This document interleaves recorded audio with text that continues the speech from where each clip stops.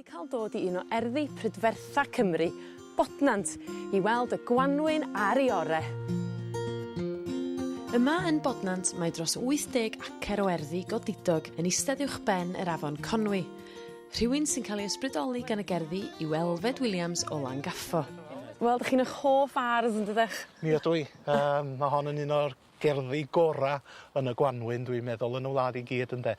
Ac o'n i'n edrych ar y bloda Gwanwyn o'n hwmpas i. Mae'r eirlysia yn yng ngardd yn hun di darfod, mae'r cennin Pedr ar ei gorau.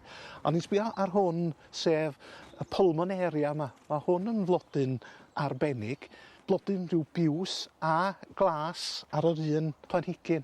A sa'n ni'n edrych ar y smotia ar y dail yn arbennig, mae'n cael ei alw yn llys yr ysgyfaint yn rhai rhannau o Gymru, ond mae'r sbotia yn atgoffa bobl efo'r hen feddyginiaeth pan oedd rhywun yn cael TB, tuberculosis neu pneumonia.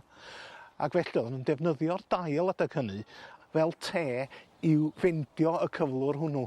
Os oedd o'n gweithio i beidio, dwi ddim yn gwybod. Na, pa'n i drio fo. Wel, pan gai y pneumonia mi nai. Gweithio ddim. Cafodd y gerddi ei creu ym 1875 a'i datblygu gan bedair cenedlaeth o'r teulu Aberconwy.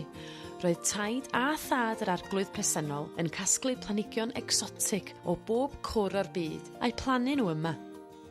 Eithon nhw a pethau nôl i fan hyn, rhododendrons yn arbennig, aselias, magnolias wrth gwrs o Asia, a pethau ar Americas a llefydd felly ynde.